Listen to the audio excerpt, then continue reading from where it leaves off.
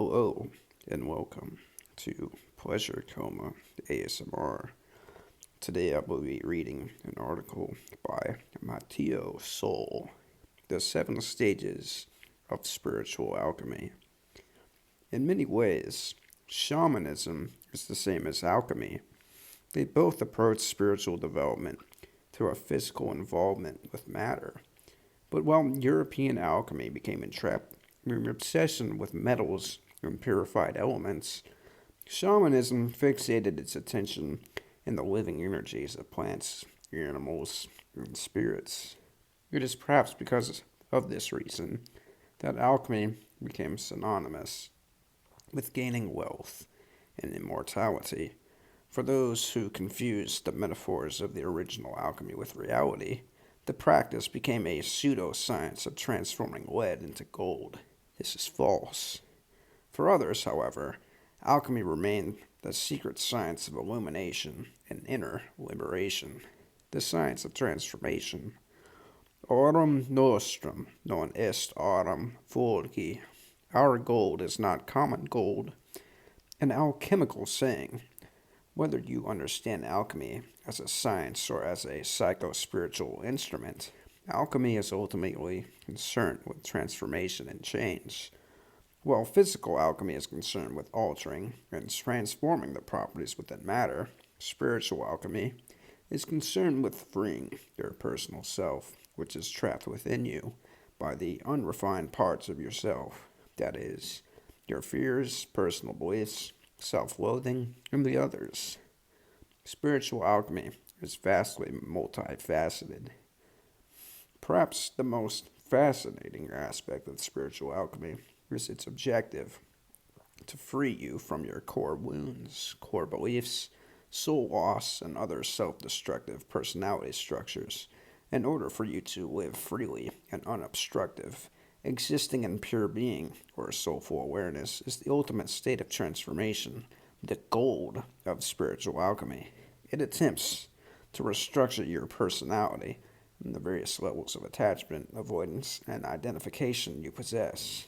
These days, we can thank famous psychologist Carl Jung for the continued interest in alchemy. Much of his theory is heavily steeped in the rich symbolism of alchemy, creating a colorful and sophisticated roadmap by which we can learn to get ourselves out of our own way, stopping our own enemies, and allow our fullest potential to unfold. Materia Prima, gold in the Philosopher's Stone. Jung is commonly recognized as the main advocate and promoter of alchemy. He argued that he had noticed many of the symbols found in alchemical texts mysteriously showing up in the dreams of his patients, most of whom had no prior knowledge of alchemy. He concluded that alchemy was a superb expression of the universal symbols of life, and was therefore a highly effective tool for psychological insight. Materia Prima, the Philosopher's Stone, gold are the most commonly known symbols relating to alchemy. Materia Prima, or first matter, is an alchemical symbol that reflects the notion that all of the universe originated from a primitive, formless base. The idea of a materia prima can be traced back to Aristotle, who understood that there is a force that holds all other forms in existence together, but is itself invisible. These days we call it spirit. This invisible womb, or unseen force, is a field of pure potential that can only come into existence when it is embodied into a form. In alchemy, the materia prima, or primal material, is that which is left over after we have reduced material matter into its purest essence. This is a powerful psychological symbol because it describes the internal process of arriving at a core realization, or in other words, becoming aware of the root cause of a belief or trauma within us. The 7 stages of spiritual alchemy. Solve et coagula, dissolve and coagulate, alchemists saying. The Latin expression solve et coagula is derived from solve, meaning to break down and separate, with coagula describing the process of bringing elements back together, coagulating into a new higher form. Interestingly, solve et coagula is a wonderful psychological metaphor. By pursuing gold or listening to our intuitive higher calling, we break down limiting parts within us that are in the way of transformation, Philosopher's Stone, into a free and whole being, Coagulation. While there are no universal stages of alchemy due to the sheer number of different schools out there, these are some of the most widely accepted stages. Stage 1 of alchemical transmutation, calcination. Calcination is the process of heating and decomposing raw matter, or in other words, breaking down parts of ourselves that are in the way of our own happiness. Often, we'd rather be right or fulfill an idea of perfection than be truly happy, so we continue neglecting the exploration of ourselves. The states of calcination represents the states in our lives where we begin breaking down our egos, self-doubt, stubbornness, self-sabotaging behavior, pride, and arrogance, and put it aside so we can find out what is underneath. Step 2, dissolution. Once we have broken down all of our personality characteristics that were in the way, we are left with the process of dissolution, which is the beginning of feeling less identification with our false sense of self. Once we are free from our pride or self-doubt, we can take one step back and truly observe our positive and negative qualities. Suddenly, our inability to take responsibility for our many faults, avoidance of traumatizing memories, and other inner tensions arise to the surface, causing us to become aware of how our behavior might be affecting others. This is the beginning of spiritual maturity. Sometimes this stage of transformation is brought about accidentally by illnesses and misfortunes in our lives that cause us to really pay attention to what we're doing, shocking us out of our avoidance patterns such as workaholism, drugs, and watching TV. Step 3. Separation. Separation is the stage where we make our own thoughts and emotions more defined by isolating them from other thoughts and emotions. A simple example is our attempt to free our heart from resentment while trying to forgive someone. The process of separation involves truly becoming aware of our authentic feelings for a person or for ourselves. In this stage, we honestly express our anger, frustration, or disappointment towards another or ourselves, rather than reverting back to the old habit of dutifully trying to forgive or forget, because it is the right or comfortable thing to do. Separation is closely entwined with shadow work, and that we must allow all feelings and thoughts within us to surface side by side. This helps us to isolate particular elements of our character in order to honestly see and assess them.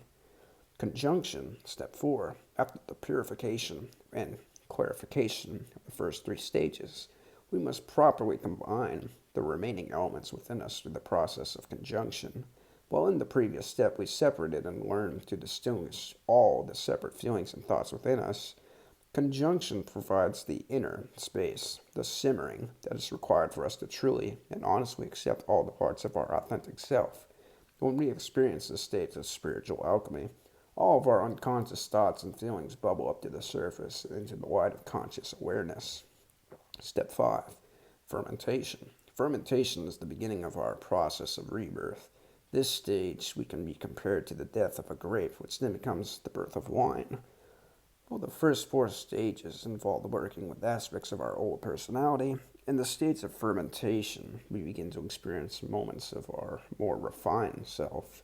Fermentation occurs in 2 parts: putrefaction, spiritization.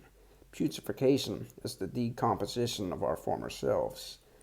The process of inner death by which the old elements of our consciousness and unconscious minds are allowed to rot and decompose. Some call this stage the dark night of the soul, as it can be followed by troublesome mental states such as depression. On the other hand, spiritization is the stage by which we begin to look at the world in a new light. With the right guidance and with enough inner work, spiritization involves letting go of all the aspects of ourselves and our lives that don't serve or contribute to our involution. This is when we taste moments of great inner peace and stillness. Step 6, distillation. Once we begin our spiritization, we must find a way to continue to integrate all of these spiritual realizations into our lives in order to allow them to become permanent. Distillation is the level of further purification.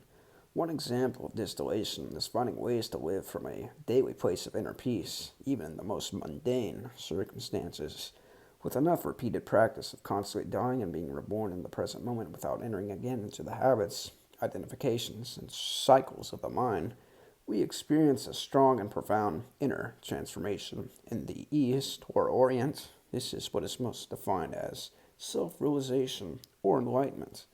Final step, step 7, coagulation. Similar to the blood's ability to form clots and stop bleeding, coagulation is the moment we've broken open the head, or in other words, we have become free from the mind and have allowed our consciousness or soul to connect with the Materia Prima, the spirit, the melting meeting point between two opposites, such as the spiritual self and raw matter, heaven and hell, life and death, is the point where existence becomes self aware.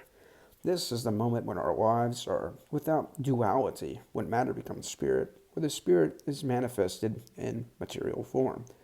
In the states of coagulation, the physical universe is not separate from the mind or spiritual reality. It is a reflection of it. Alchemy's greatest achievement is to create an inner relationship between mind and matter, between self and world.